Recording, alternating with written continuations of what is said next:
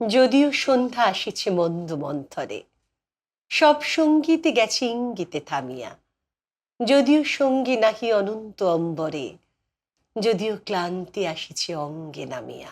আজকে আমার সঙ্গে স্টুডিওতে রয়েছে এই প্রজন্মের চর্চা সবে শুরু, এগিয়ে যাবে নিশ্চয়ই আপনাদের সঙ্গে পেলে, এবং সেই রকম একজন বন্ধু শম্পা নন্দী।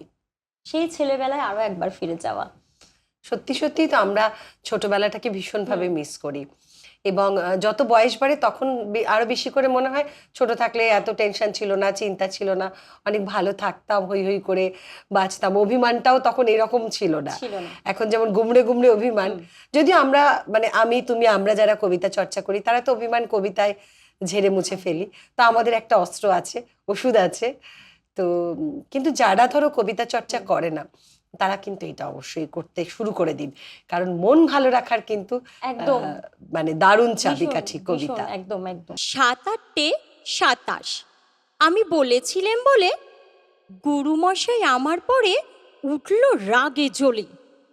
মাগো, তুমি ৫ পয়সার সেবার রথের দিনে সেই যে রঙিন পুতুলখানি আপনি দিলে কিনে, খাতার নিচে ছিল ঢাকা, দেখালে এক ছেলে।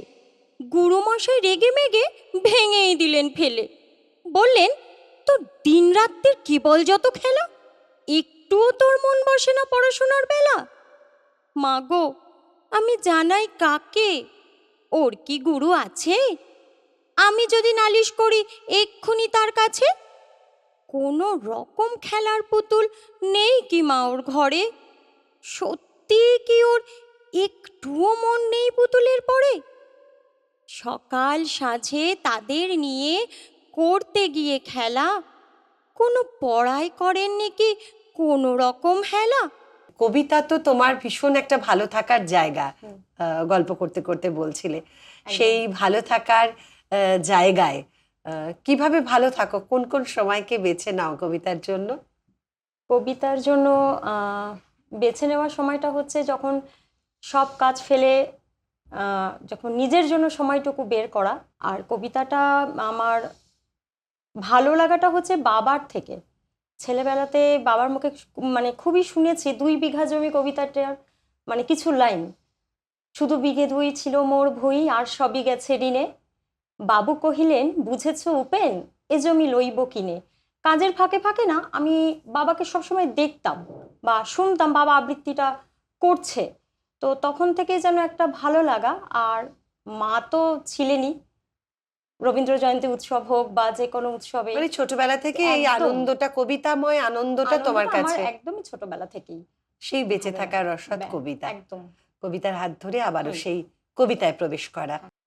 নন্দলাল তো একদা একটা করিল ভীষণ পণ, স্বদেশের তরে যা করেই হোক রাখিবেই সে জীবন। সকলে বলিল, আহা করো কি নন্দলাল? নন্দ বলিল, বসিয়া বসিয়া রহিব কি চিরকাল? আমি না করিলে কে করিবে আর উদ্ধার এই দেশ?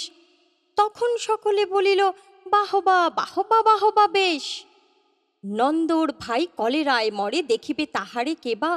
সকলে বলিল, যাও না নন্দ, করো না ভাইয়ের সেবা। নন্দ বলিল, ভাইয়ের জন্য জীবনটা যদি দিই, না হয় দিলাম, কিন্তু অভাগা দেশের হইবে কি? বাঁচাটা আমার অতি দরকার, ভেবে দেখি চারিদিক। তখন সকলে বলিল, হা হা হা, তাপটে ঠিক। নন্দ একদা হঠাৎ একটা কাগজ করিল বাহির, গালি দিয়া সবে গদ্যে পদ্যে বিদ্যা করিল জাহির। পড়িল, ধন্য দেশের জন্য নন্দ খাটিয়া খুন, লেখে যত তার দ্বিগুণ, ঘুমায় খায় তার 10 গুণ। খাইতে ধরিল লুচি ও ছোকা ও সন্দেশ থাল থাল। তখন সকলে বলিল, বাহবা বাহবা নন্দলাল। আজকে আমাদের উপস্থিতি এবং আড্ডায় বোঝাই যাচ্ছে যে কবিতা তোমার অনেকখানি জুড়ে রয়েছে। অনেক অনেক শুভকামনা শম্পা, তোমার সমস্ত সুপ্ত ইচ্ছে বিকশিত হোক, ভীষণ ভালো থেকো। 1. সাবস্ক্রাইব করুন, বেল বাটনে ক্লিক করুন।